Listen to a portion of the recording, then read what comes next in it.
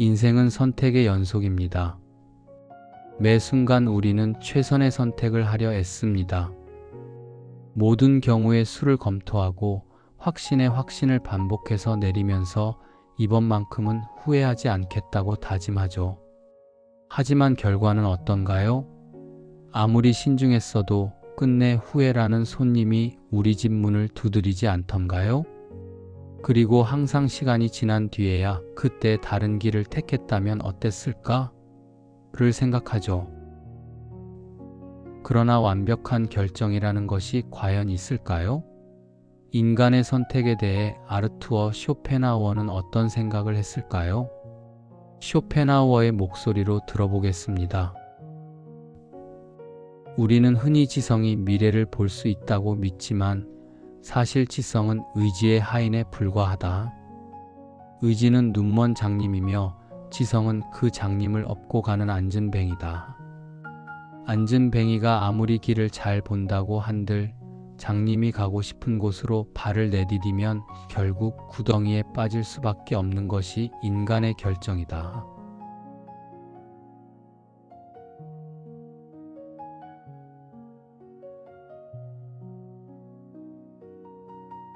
우리는 왜 항상 미래에 가서야 그때 우리가 한 선택에 대해 땅을 치며 후회하고 가슴 아파할까요?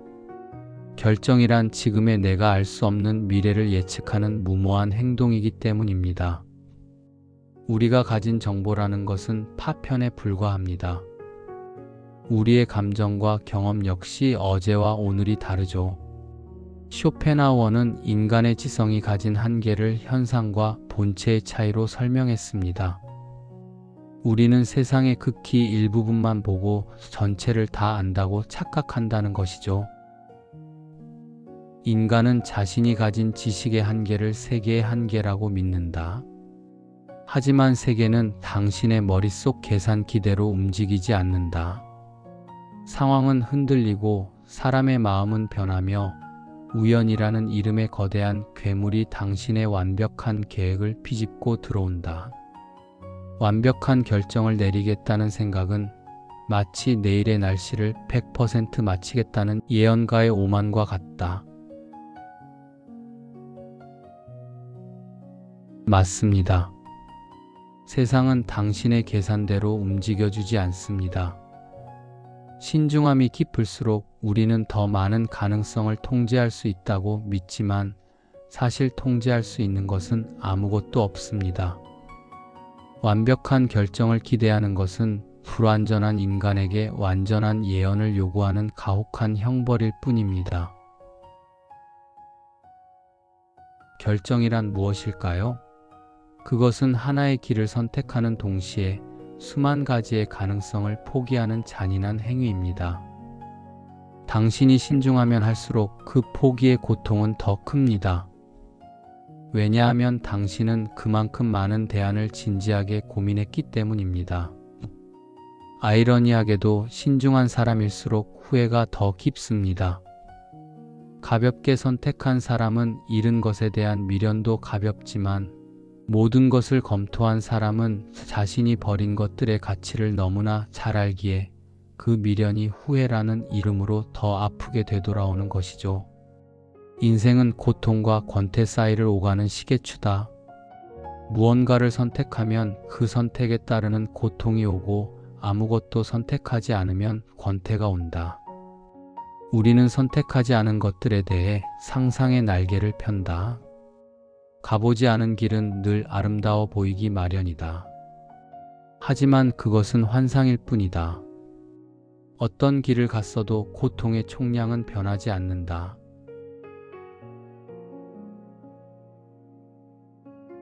그렇기에 그때 다른 선택을 했다면 좋았을 텐데라는 가정은 무의미합니다. 선택을 바꿨더라도 당신은 그 새로운 길에서 마주친 고통 때문에 다시 예전의 선택을 그리워했을 것입니다. 후회는 잘못된 길을 들었다는 증거가 아니라 우리가 버린 가능성들에 대한 예의일 뿐입니다.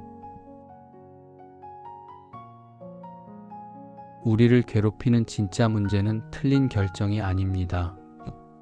바로 절대로 틀리지 않으려는 강박입니다. 이 강박은 우리를 마비시킵니다. 틀리지 않으려다 아무것도 시작하지 못하거나 겨우 내린 결정조차 만족하지 못하고 갉아먹게 만듭니다. 쇼펜하우어는 이러한 인간의 완벽주의적 태도를 의지의 노예 상태라고 불렀습니다.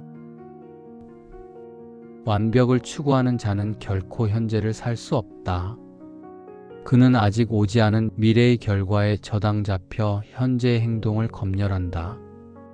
하지만 보라, 자연에 완벽한 것이 어디 있는가? 나무는 구부러지며 자라고 강물은 굽이쳐 흐른다. 인간의 삶 또한 불완전함 속에서만 비로소 흐를 수 있다. 틀림없는 결정을 내리려는 고집은 삶의 흐름을 막는 댐과 같다.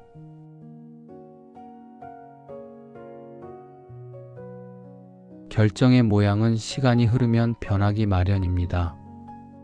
당시에는 최선이었던 것이 나중에는 최악이 될 수도 있고 반대로 재앙이라고 믿었던 결정이 인생의 전환점이 되기도 합니다.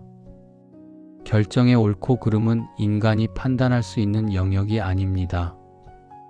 그것은 시간의 몫입니다. 세옹지마라는 고사성어가 있지요. 옛날 중국 북쪽 변방에 한 노인이 살고 있었습니다.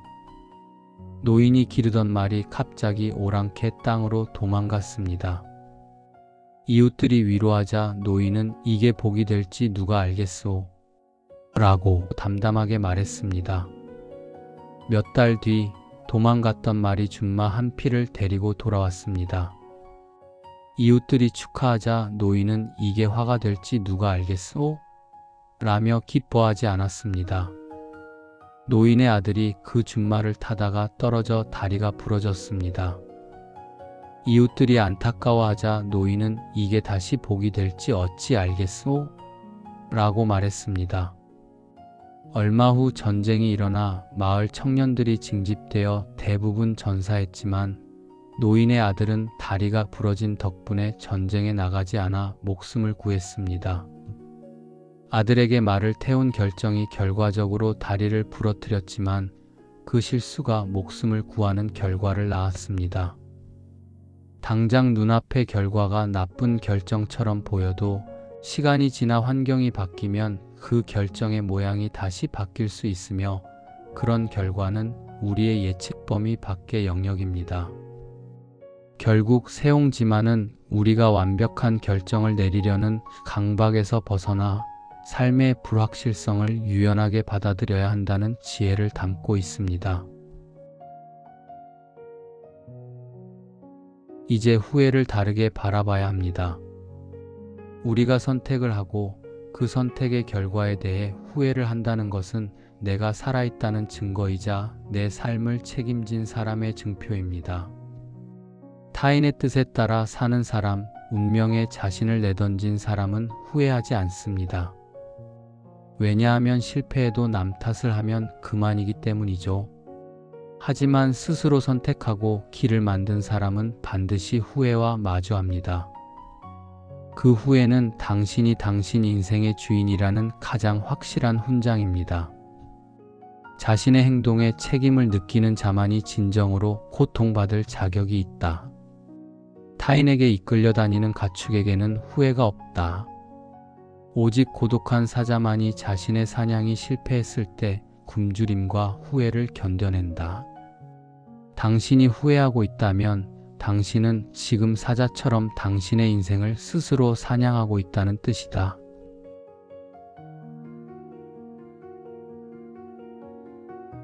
후회는 잘못했다는 자백이 아닙니다. 나는 이만큼 고민했고 이만큼 용기 있게 하나를 선택했으며 그 결과로 버려진 것들의 무게를 감당하고 있다는 당당한 선언입니다. 결정을 내린 사람만이 후회할 자격을 얻습니다. 인생을 지탱하는 것은 완벽한 결정이 아니라 결정의 결과에 대한 회복력입니다. 틀렸을 때 다시 일어나는 힘, 후회 속에서 교훈을 건져 올리는 지혜, 그리고 자신의 불완전함을 있는 그대로 껴안는 용기입니다. 완벽한 결정 따위는 세상에 존재하지 않습니다. 오직 그때의 나로서 할 수 있었던 최선이 있었을 뿐입니다. 지나간 일에 대해 만약 했더라면이라고 말하는 것만큼 어리석은 일은 없다. 그것은 떨어진 잎사귀를 다시 나뭇가지에 붙이려는 시도와 같다. 이미 일어난 일은 철의 법칙에 의해 일어난 것이다. 이제 당신이 해야 할 일은 후회를 성장의 자양분으로 삼는 것이다. 후회하며 배우는 자만이 내일에 더 나은 결정을 내릴 수 있다. 실수를 두려워하는 순간 당신의 인생은 멈춥니다. 하지만 후회를 두려워하지 않는 순간 당신의 인생은 비로소 당신의 것이 됩니다. 충분히 고민하셨나요? 모든 걸 검토하고 마음의 소리를 들으셨나요? 그렇다면 이제 선택하십시오. 그리고 찾아올 후회를 반갑게 맞이하십시오. 그것이 당신이 당신의 삶을 책임지고 있다는 가장 아름다운 증거가 될 것입니다. 완벽한 결정은 환상이다. 오직 스스로 책임지는 불완전한 결정만이 인간을 위대하게 만든다. 아르투어 쇼펜하우어. 시청해주셔서 감사합니다.